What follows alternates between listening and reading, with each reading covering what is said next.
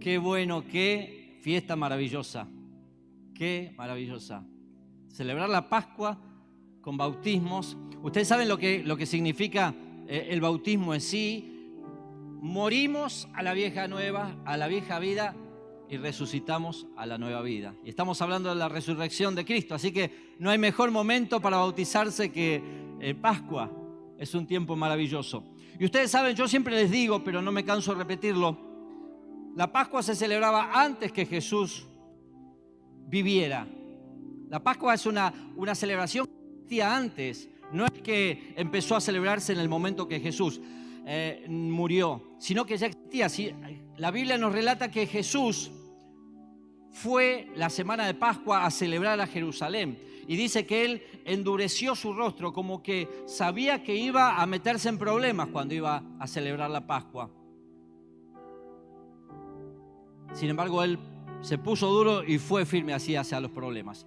Los chicos pueden ir, hay clases para chicos arriba ahora, así que pueden pasar los padres, eso sí, después no se lo olviden arriba, vayan a buscarlo cuando se van, Pero todos los chicos tienen clases arriba para que puedan aprender la Biblia y conocer lo que Dios quiere de sus vidas de una manera, de un lenguaje más apropiado para ellos. Así que los padres que quieren pueden llevar a sus chicos hasta la escalera y después lo pasan a retirar antes de irse.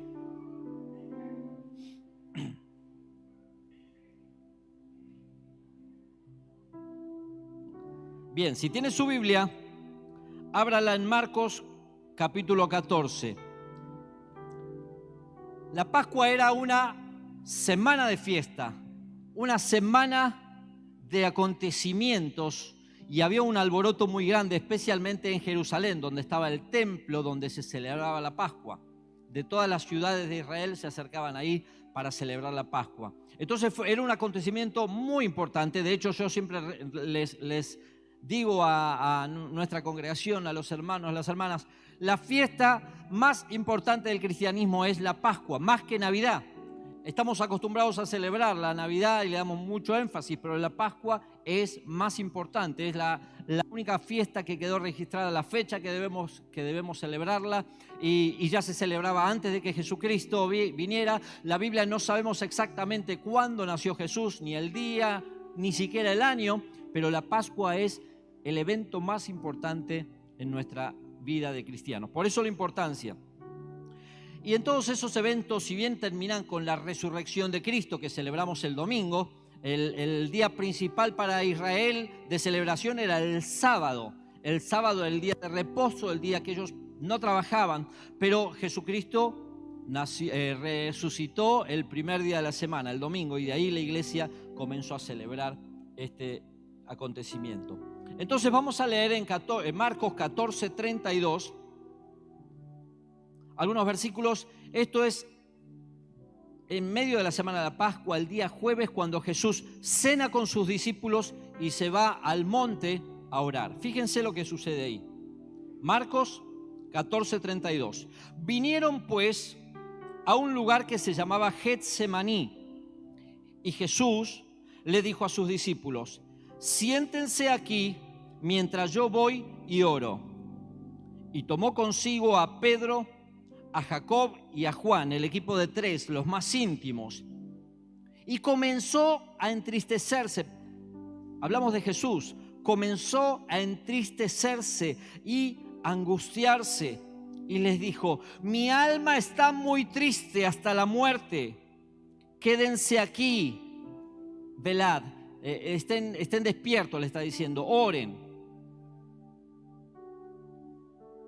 Y yéndose a un poco más adelante, se postró en tierra Jesús y oró: que si fuese posible, pase de mí esta hora. Es decir, Jesús está diciendo a Dios el Padre: si puedes hacer alguna cosa para que yo no vaya a la cruz, hacelo, por favor.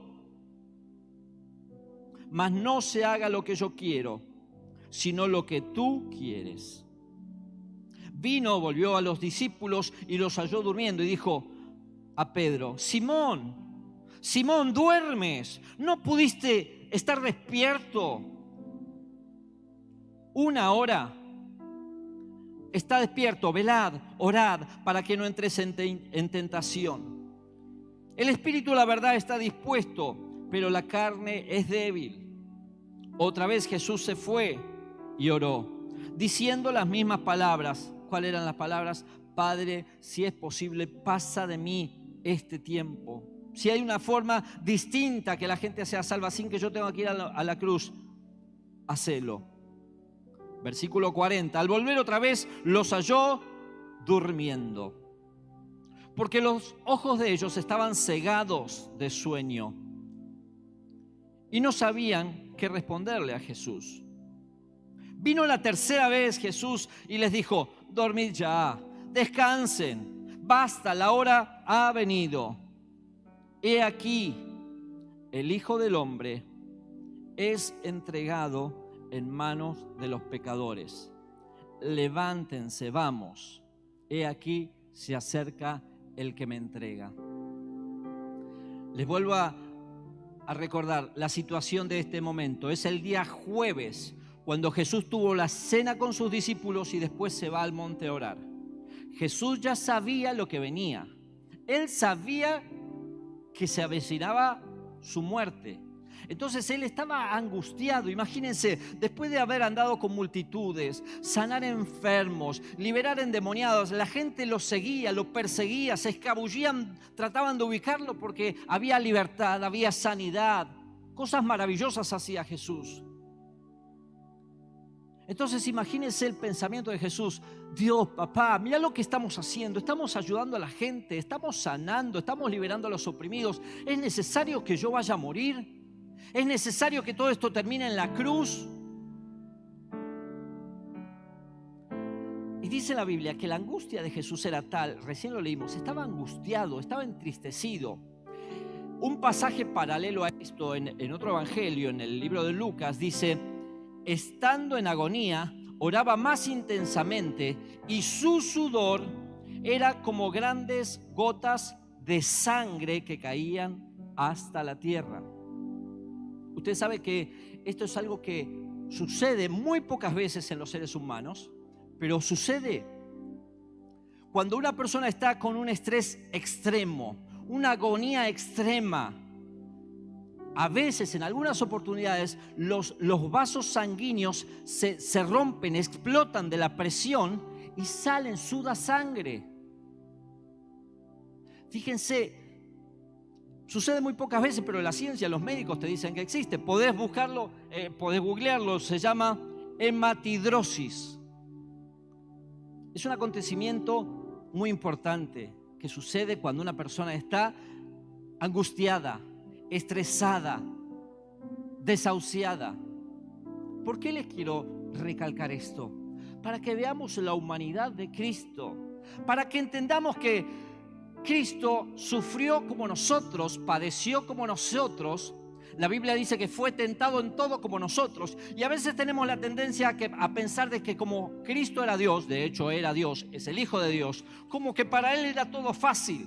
Sanar a los enfermos, liberar a los oprimidos, la llevaba todo de taquito, como decimos los argentinos. Pero Él sufría, Él se angustiaba, Él fue tentado, Él padeció hambre, Él ayunó 40 días, 40 noches en el desierto.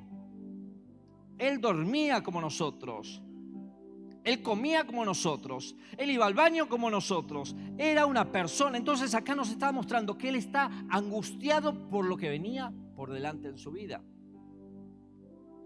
Al punto tal era la angustia que su cuerpo se estremeció y sudaba gotas de sangre. Algo que pasa muy pocas veces, pero la ciencia dice que es algo que sucede cuando una persona está muy angustiada. ¿Entienden esto? ¿Y qué oraba Jesús? Jesús le decía: Dios, ¿es necesario que vaya a la cruz? ¿No hay otra forma de salvar a la humanidad? Angelita, a Pedro, a Juan, a Víctor, a Claudio, ¿no hay otra forma de salvarlos? Estabas vos ahí, en ese listado, estaba yo ahí. Y le pedía, oró 1 hora, dice. Y volvió a orar y volvió a pedir lo mismo. Hasta que Dios le dijo: no hay otra forma, es la forma Es la única. Alguien tiene que pagar. Yo dije que si alguno pecaba, iba a morir. Y si no hay uno que muera reemplazando a todos estos, los voy a tener que matar a todos. La humanidad, no va a haber eternidad, no va a haber cielo, no va a haber vida eterna. Y allí estaba Jesús clamando. Pero no se escapó, no buscó un atajo. No dijo, él podría haberse escapado como cada uno de nosotros cuando somos tentados, cuando las cosas no salen como nos gustan y tendemos a tomar un atajo, a hacerlo de otra manera, fuera de la voluntad de Dios. Jesús podría haber hecho lo mismo. Él tenía la capacidad de decidir como cualquier ser humano y como cualquiera de nosotros. Cuando decidimos si le hacemos caso a Dios o hacemos nuestra voluntad. Cuando decidimos si pecamos o bien obedecemos a Dios. Así Jesús tuvo que decidir. Y fíjese la angustia tan grande que él tuvo, que hasta sudó sangre. ¿Se dan cuenta lo conmovido que estaba? Estaba conmovido por todo lo que venía, pero fíjense lo que sucede allí. Se lleva al grupo de discípulos, a los 11, porque Judas había ido a negarlo. Y de esos 11 se lleva 3, que eran los más cercanos a Jesús, los que estaban más cerca, los más confidentes. Se los lleva y les recomienda que oren por él, por lo que se avecinaba, por lo que venía. ¿Y qué pasó? Cuando volvió, estaban durmiendo. ¿Ustedes se imaginan? O sea, Jesús sufrió eso también, el abandono de sus principales. Los 3 discípulos que él le pidió que oren, que intercedan, que clamen por lo que se venía, lo dejaron en banda, se durmieron. Claro, estarían cansados, estarían angustiados, pero fíjate que Jesús se le sumaba a todo lo que venía por delante, se le sumó de que sus más confidentes, de los más cercanos, no entendieron el momento que les tocaba pasar. Lo abandonaron a Jesús. Se fue solo a orar y cuando volvió estaban durmiendo. No entendieron la importancia culminante de ese momento. ¿Se dan cuenta que Jesús fue probado en todo? ¿Cuántos de ustedes han pasado alguna vez que quizás cuando más necesitaban un amigo, una amiga, no lo tuvieron? ¿O no entendieron ese momento difícil que estabas pasando, esa angustia que había en tu corazón? No la entendieron y no estuvieron al lado tuyo cuando lo necesitaste. Algunos, muchos casos hay, en el barrio lo vemos cada día. Niños que fueron abandonados por su mamá, por su papá. Tenemos testimonios que han compartido acá. Muchos de estas personas que vienen, los viernes tenemos un taller recreativo para los chicos del barrio, le damos alimento, todo. Y los mismos maestros nos dicen que los chicos abren su corazón y cuentan de su enojo que tiene con sus padres, o con su papá o con su mamá, que los abandona, que no se preocupa por ellos. Los chicos están angustiados. Y yo sé que muchos de ustedes han pasado o están pasando abandono de padre, abandono de madre, te abandonó tu esposo, tu esposa, cuando más los necesitabas, cuando era el momento culminante en tu vida y no los pudiste tener. Jesús pasó lo mismo. ¿Y te crees que Jesús no lo sufrió? Jesús lo sufrió.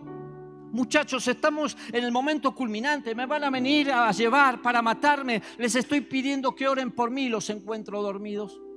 Jesús también pasó el abandono. Ustedes saben cómo se suma la angustia a la desesperación de lo que viene, sentir que sus principales discípulos, los que él iba a confiar que la iglesia después siga hacia adelante por medio de ellos, los 3 principales entre los 11, porque había multitudes que seguían a Jesús, había 500, había 70, estaban los 12 que ahora eran 11 o estaban a punto de ser 11. Y dentro de los 11 los 3. Y esos 3 en los que Jesús confiaba más plenamente, lo abandonaron. ¿Te suena? Seguramente te acordás de alguna vez que te la hirieron, que te clavaron esa puñalada, que te defraudaron, que no te tuvieron en cuenta. Cuando vos más necesitabas, cuando vos estabas más angustiado y no tuviste ahí a los que querías, a los que necesitabas, a los cercanos, familiares, amigos. Y ojo, a veces es por incompetencia o por una actitud mala que no los tenés, pero a veces también puede ser que te han fallado porque no entendieron la situación, porque no entendieron tu momento, porque no entendieron lo que estabas pasando.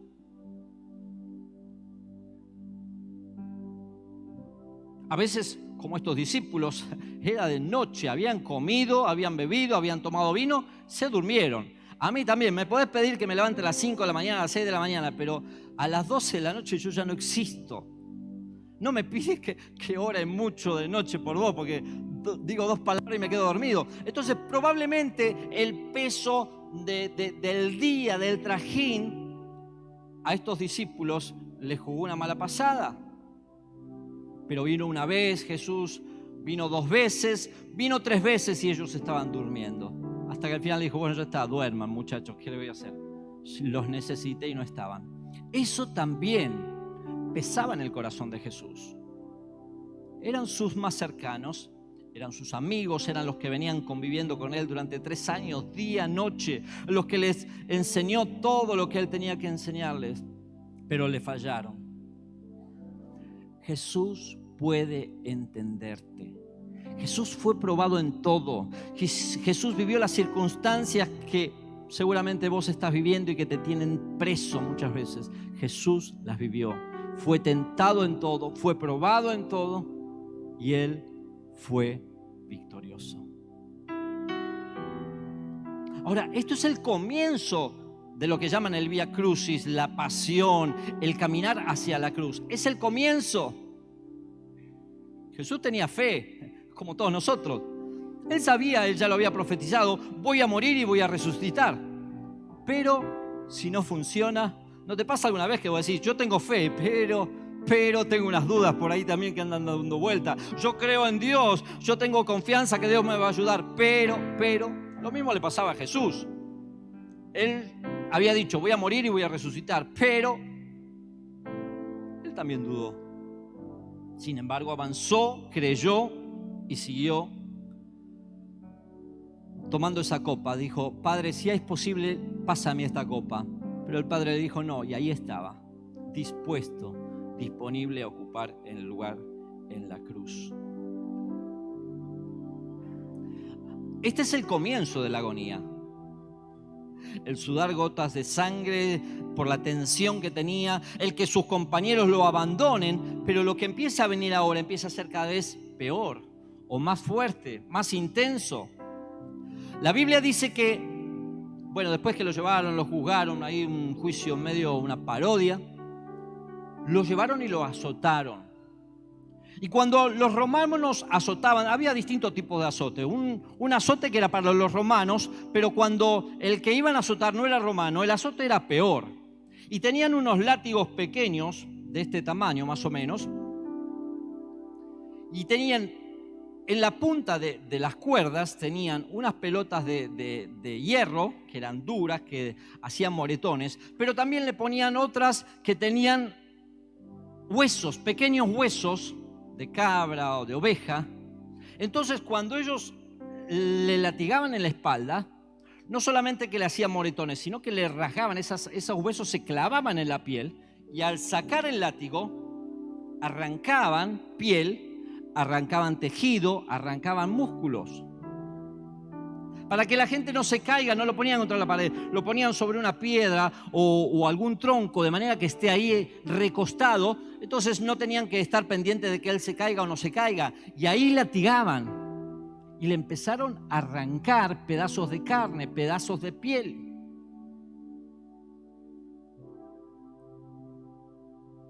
O sea, vamos sumando la angustia inicial de lo que venía, la angustia porque sus amigos, sus cercanos lo dejaron y ahora empieza el sufrimiento físico. Y después de haberle latigado esta espalda, que imagínense quedó sangre, pedazos de carne arrancados, le ponen un manto, imagínense cómo picaba eso y el dolor, la desesperación, la angustia. No crean que porque era Jesús, el Hijo de Dios, no tenía dolor. Él sufrió el dolor. Como si esto fuera poco, después de haber latigazos, de haber sufrido los latigazos, le cargan una cruz que pesaba entre 80 y 90 kilos. Obviamente que no la llevaba en el aire, un poco la iba arrastrando, pero llevando y caminando por la calle, con la espalda ensangrentada, sangre, pedazos de carne, quizás hasta un hueso se le veía. Iba cargando esa cruz caminando por la calle, al punto que se desmayó, se desvaneció. Hicieron que otra persona cargue la cruz porque él no la podía llevar. Si bien él no cargaba los 80 kilos porque iba una parte arrastrando y él tiraba para adelante, sin embargo ya su cuerpo dijo: basta, no puedo más. ¿Van entendiendo la situación de Jesús? A veces es como una fábula, es como un cuento. Pero entendemos lo que significó para él el sufrimiento, la angustia de haber tenido que estar pasando eso. Además, los soldados romanos, los que lo llevaban, se pusieron a jugar con Jesús. De hecho, le dicen: vos sos el rey de los judíos, bueno, te vamos a hacer una corona. Le hicieron una corona con unas espinas grandes de unos arbustos que hay ahí, la tejieron y no se la apoyaron en la cabeza. No va a querer que se la apoyaron, uy, se le cae. No, se la clavaron y habrán golpeado varias veces para que esas espinas traigan mayor dolor, mayor sangre. Le pusieron el manto, le pusieron la corona, le dieron una caña, un palo como para que vaya caminando, jugando a que era el rey. Así que vos sos el rey, mirá la corona que te ponemos. Mirá la capa que te ponemos, mirá la vara que te damos.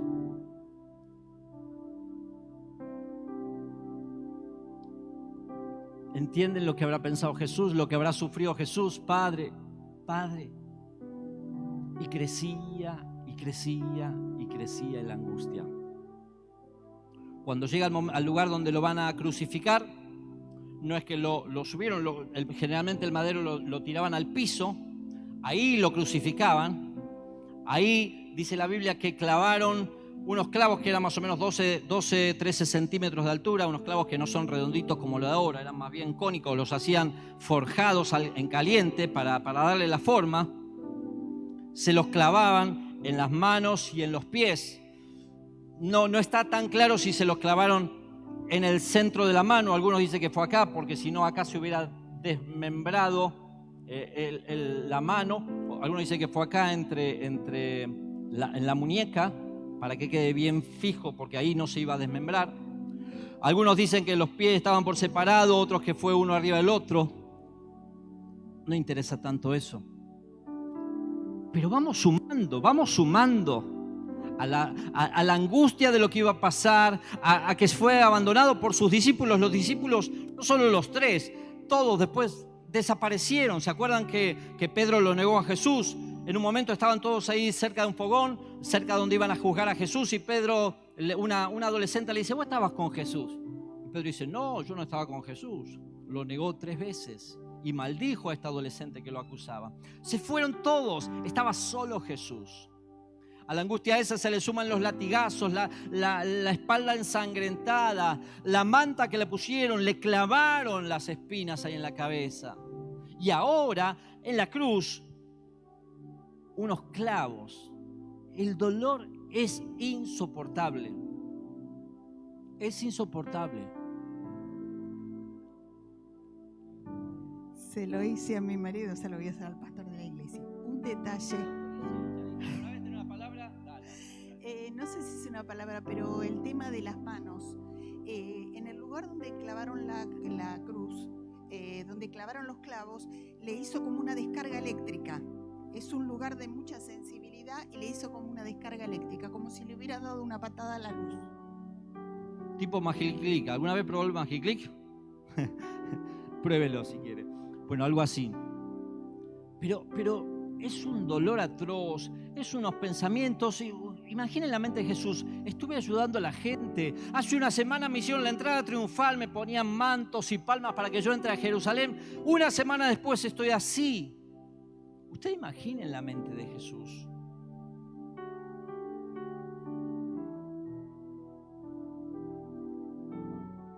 ¿Saben qué? Hace poco los médicos pusieron o inventaron un nombre para un dolor extremadamente fuerte. Cuando hay personas que están sufriendo dolores en su cuerpo, en su hueso, en su músculo, algo que es muy, muy fuerte, le pusieron de nombre dolor excruciante, que es como viene de la cruz de Cristo, porque para compararlo a eso, a lo que Jesús le tocó pasar. Es muy fuerte.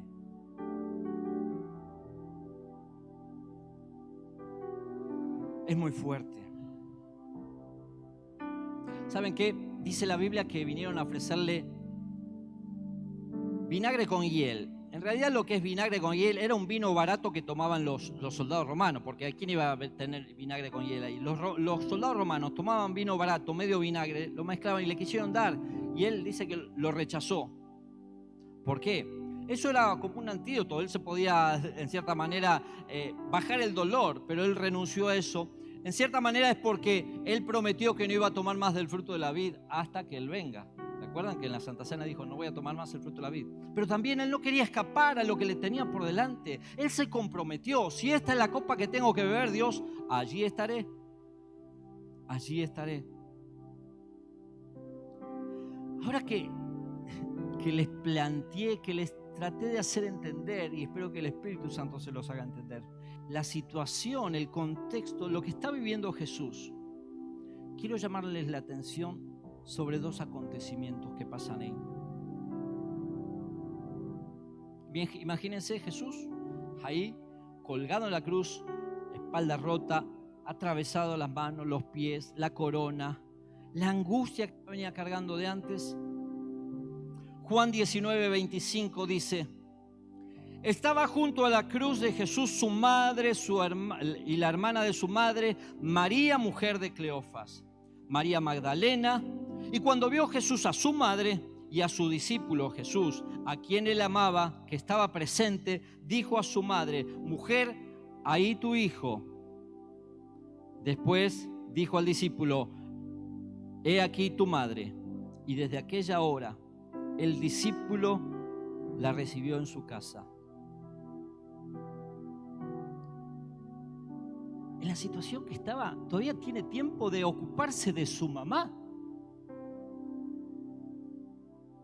De alguna manera se resolvería.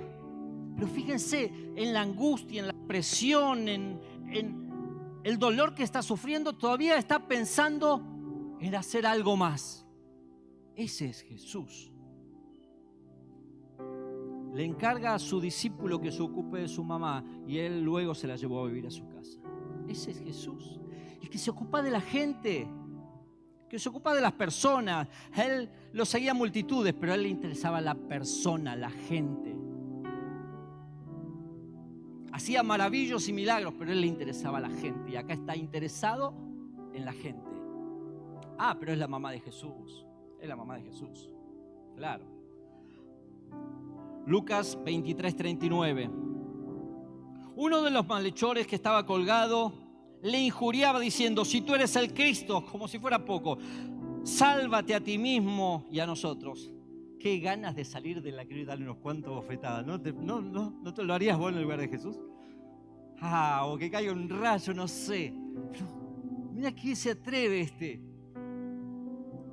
Si tú eres el Cristo, sálvate a ti mismo y a nosotros.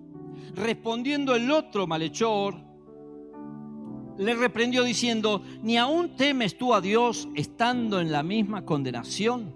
Nosotros a la verdad justamente padecemos porque recibimos lo que merecimos por nuestros hechos, mas este ningún mal hizo. Y dijo a Jesús: acuérdate de mí cuando vengas en tu reino. Entonces Jesús le dijo: de cierto te digo que hoy estarás conmigo en el paraíso. Otra vez, Otra vez ese Jesús crucificado con los clavos por acá, en las piernas, la espalda ensangrentada, la corona de espinas, abandonado por sus discípulos, dejado de lado, está pensando en un malhechor. No es la madre, es un malhechor, uno que la sociedad dice no sirve para nada, matémoslo. Ese es mi Jesús. Ese es tu Jesús. Todavía tenía tiempo de pensar el último minuto. A veces creemos que por ahí Jesús estaba con un micrófono acá, colgado en la cruz, con un micrófono y predicando, con un púlpito. Estaba crucificado con los clavos acá en las piernas, la espalda cortada.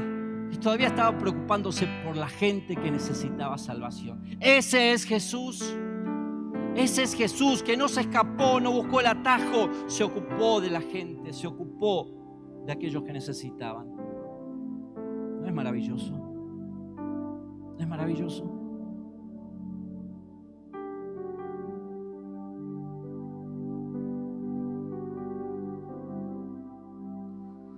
Dos cosas me asombran de esto. Él siguió para cumplir el propósito. Cumplió el propósito. Quiso escaparse, sí, como todos queremos. Quiso el atajo, sí. Pero Dios dijo, no, tenés que ir a la cruz. Y allí estuvo, cumplió el propósito. Y lo cumplió hasta lo último. Estaba el último minuto, lo último que estaba haciendo, ocupándose de su mamá, ocupándose del malhechor, el preso, el ladrón, llámalo como quieras llamarlo. Ese es Jesús. Por eso siempre digo, y no siempre, pero lo recuerdo muchas veces. A veces tenemos un concepto tan errado de quién es Dios. Acá tenemos que ver en la Biblia quién es Dios. Cómo piensa, cómo actúa, cómo ama. Ese es tu Dios. Sacate cualquier otro concepto de un Dios malo con la barba blanca que está viendo a ver quién se equivoca para castigarlo. Ese es Jesús, que está ocupándose de tus necesidades, de tus problemas, de tus dificultades. Claro, había un malhechor que no lo aceptó, el otro sí. Y le dijo, vas a estar conmigo en el paraíso. Pero ese es Jesús. Cuando vos ingreses en tu mente ese concepto de Jesús, ese concepto de la palabra de Dios, de quién es Jesús, tu vida va a cambiar, tu relación con Jesús va a cambiar, porque tenés que entender que Él te ama, más allá de lo que hayas hecho, más allá de que sos discípulo o sos enemigo. Él te está amando. Depende de tu situación, depende de tu decisión. El interés y el amor que Dios tiene por tu vida no lo vas a entender jamás, ni trates de entenderlo, solo disfrútalo. Decirle, acá estoy, Dios, para que tu voluntad sea hecha. Jesús renunció a pasar la copa, a buscar el camino fácil. Renunció a dejar de lado al ladrón en el último minuto, con todo el pesar y los problemas que tenía encima. Todavía tenía tiempo de pensar en el ladrón. Renunció. Si hubiera dicho, mira, no te puedo atender hoy, hace lo que quiera, estaría en su derecho. Venía sufriendo, venía padeciendo. Sin embargo, este maravilloso Jesús lo atendió, le predicó, lo ganó para el cielo y le dio la vida eterna. Eso es maravilla. Jesús renunció a encerrarse en yo. Yo estoy sufriendo, yo no puedo atender ni a mi mamá ni al ladrón. Él ocupó hasta el último minuto de su vida en cumplir el propósito que Dios tenía para él. No renunció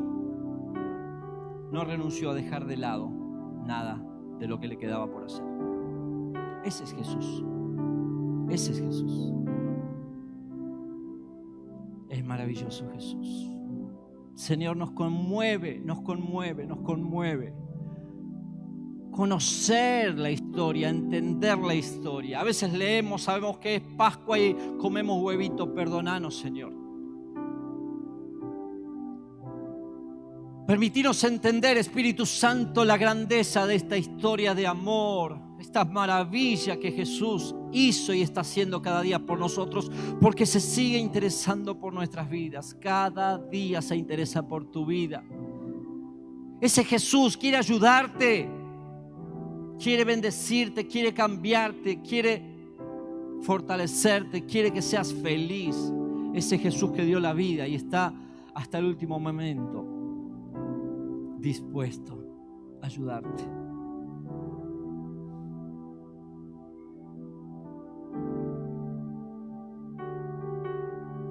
hermoso Jesús, hermoso Jesús, hermoso Jesús. Maravilloso, Señor. Invito a la iglesia a que nos pongamos de pie y adoremos, adoremos, adoremos, demos gracias, demos gloria, demos reconocimiento por tanto amor, por tanta bondad con nosotros. Señor, sos tan bueno, sos tan bueno.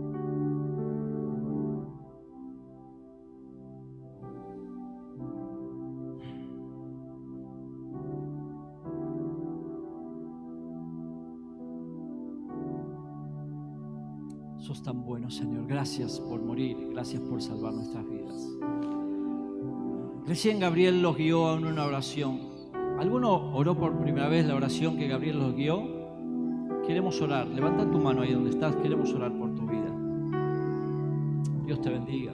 Dios te bendiga. ¿Alguno más?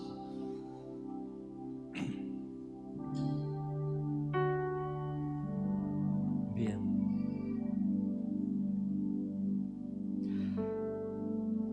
Pero quiero hacer un llamado también porque hay personas que Dios está llamando en este momento a que entreguen toda su vida. Es decir, ya sos hijo de Dios, ya sos discípulo, ya sos un siervo, pero el Señor está queriendo algo más. Una entrega total, una entrega íntegra de tus planes, tus proyectos.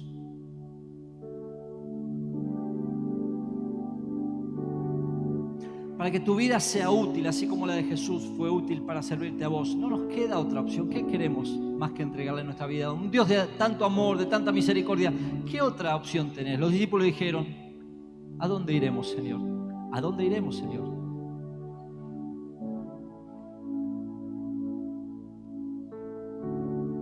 Mientras vamos a estar adorando toda la iglesia, toda la congregación,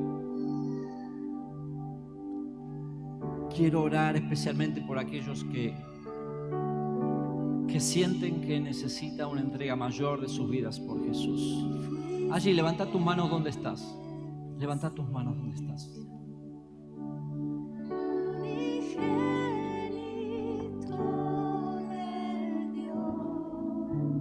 Aleluya, Señor.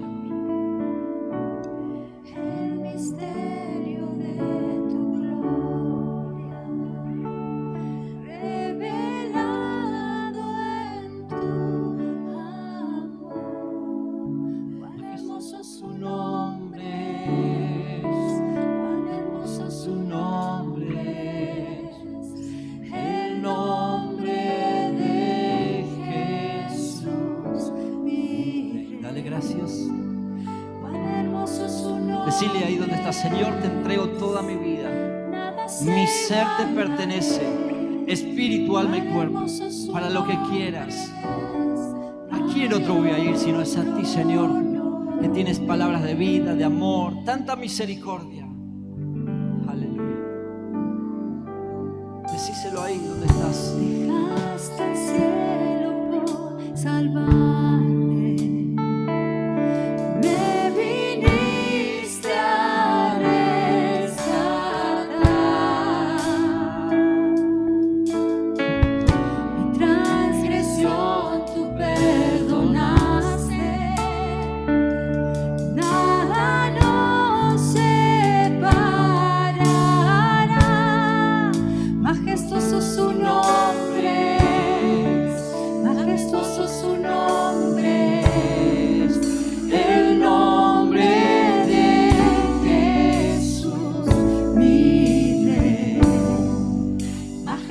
Su nombre es incomparable, majestuoso su nombre es, hay otro nombre, majestuoso su nombre es, no hay otro nombre, majestuoso su nombre es.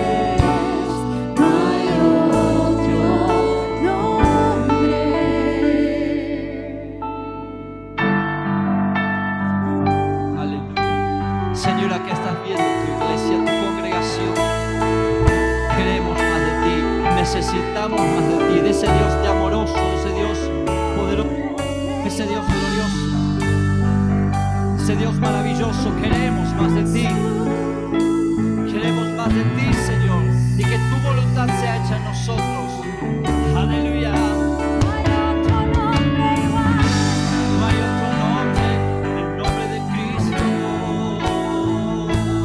Aleluya, aleluya, te adoramos. La muerte venciste, el velo partiste, la tumba vacía ahora está. Los cielos declaran tu gloria proclaman. Resucitaste en majestad. Maravilloso. La muerte venciste, Grande Dios. el velo partiste, Aleluya. la tumba vacía ahora está. Los cielos declaran, tu gloria proclaman. Resucitaste en majestad. Y vivo al ángel incomparable, hoy y por siempre reinará. Tuyo es el reino, tuya es la gloria, tuyo el poder, la autoridad. Poderoso su nombre, poderoso su nombre, el nombre de Jesús mi Rey. Poderoso su nombre, nada se iguala a él. Poderoso su nombre, no hay otro nombre. Poderoso su nombre, poderoso su nombre, el nombre de Jesús mi Rey. Poderoso su nombre, nada se iguala a él. Poderoso su nombre, no hay otro nombre. Poderoso su nombre, no hay otro nombre.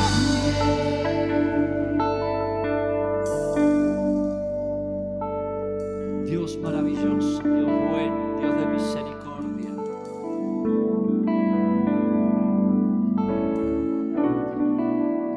Vamos a terminar, pero quiero invitar a aquellos que necesitan que estemos orando. Quizás fuiste dejado como Jesús, lo dejaron de lado y te sentís herido. Quizás estás pasando un momento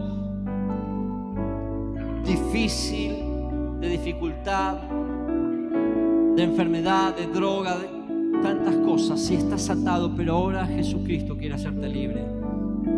Te invito a que pases aquí adelante. Vamos a orar unos por los otros como la Biblia nos enseña que hagamos. La iglesia va a extender sus manos hacia aquí adelante y vamos a orar juntos. Pasa aquí adelante. Si estás en un momento que necesitas que como iglesia oremos por vos, que como pastores oramos por vos, cual sea tu situación, no te quedes ahí, pasa. Vamos a orar, vamos a llorar juntos, vamos a clamar y vamos a interceder unos por los otros. El Señor quiere bendecirte. Fue despreciado, fue dejado de lado, pero el Señor quiere bendecirte. Él padeció lo que vos estás padeciendo y Él puede ayudarte. Él vivió lo que vos estás viviendo y Él quiere ayudarte.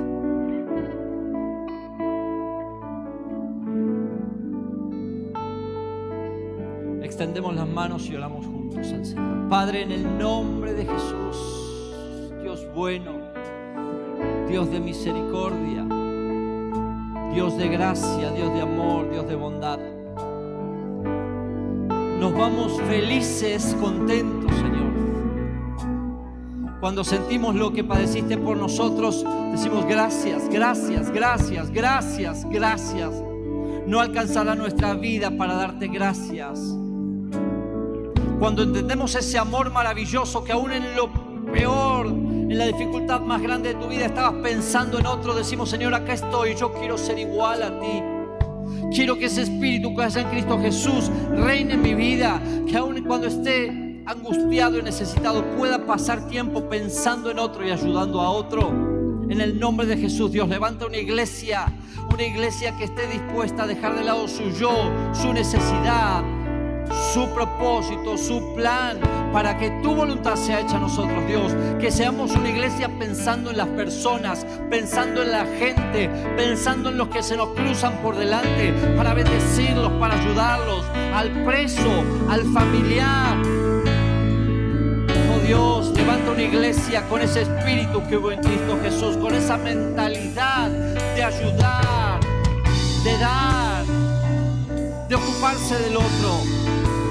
Oh Dios, vamos a cambiar nuestras casas, nuestras familias, nuestros barrios, el mundo, si estamos dispuestos. Así como vivió la iglesia primitiva, que dieron todo para ti, todo para ti. Dios, aviva a cada uno de mis hermanos y hermanas en esta congregación a darlo todo, a tener ese espíritu que hubo en Cristo Jesús, que no le interesó nada, que se despojó a sí mismo, dejó el cielo, vino a la tierra, sufrió, padeció hasta lo último, la muerte en cruz, y aún ahí estaba pensando en cómo ayudar a otros. Oh Dios, ayúdanos a ser iguales a Cristo, a ser cristianos con esa mente, con esa forma de pensar y de ser.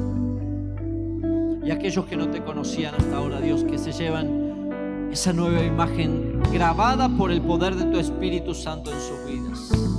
En el nombre de Jesús, en el nombre de Jesús, en el nombre de Jesús. Graba, Espíritu Santo, graba en cada uno de los que escucharon este relato de lo que sucedió en la crucifixión. Grábalo en los corazones para que entendamos que nuestro Dios es amor. Es un Dios de amor, es un Dios de oportunidad, es un Dios de bendición, es un Dios de ayuda. A ti sea la gloria, así ti sea la honra y la alabanza. Aleluya. Dios bueno, Dios bueno, Dios bueno, Dios bueno, Dios bueno. Aleluya. Dios es bueno, Dios es bueno, Dios es bueno. Nos vamos a ir con una canción de victoria. Invito a los que se bautizaron que pasen aquí adelante y después vamos a venir toda la iglesia a saludarlos, a abrazarlos. ¿Bien? Benja es el primero, vení acá, Benja, acá abajo, así la gente te va a venir a saludar. A todos los que se bautizaron, por favor. Después, como iglesia, mientras cantamos, venga a saludarlos, a bendecirlos.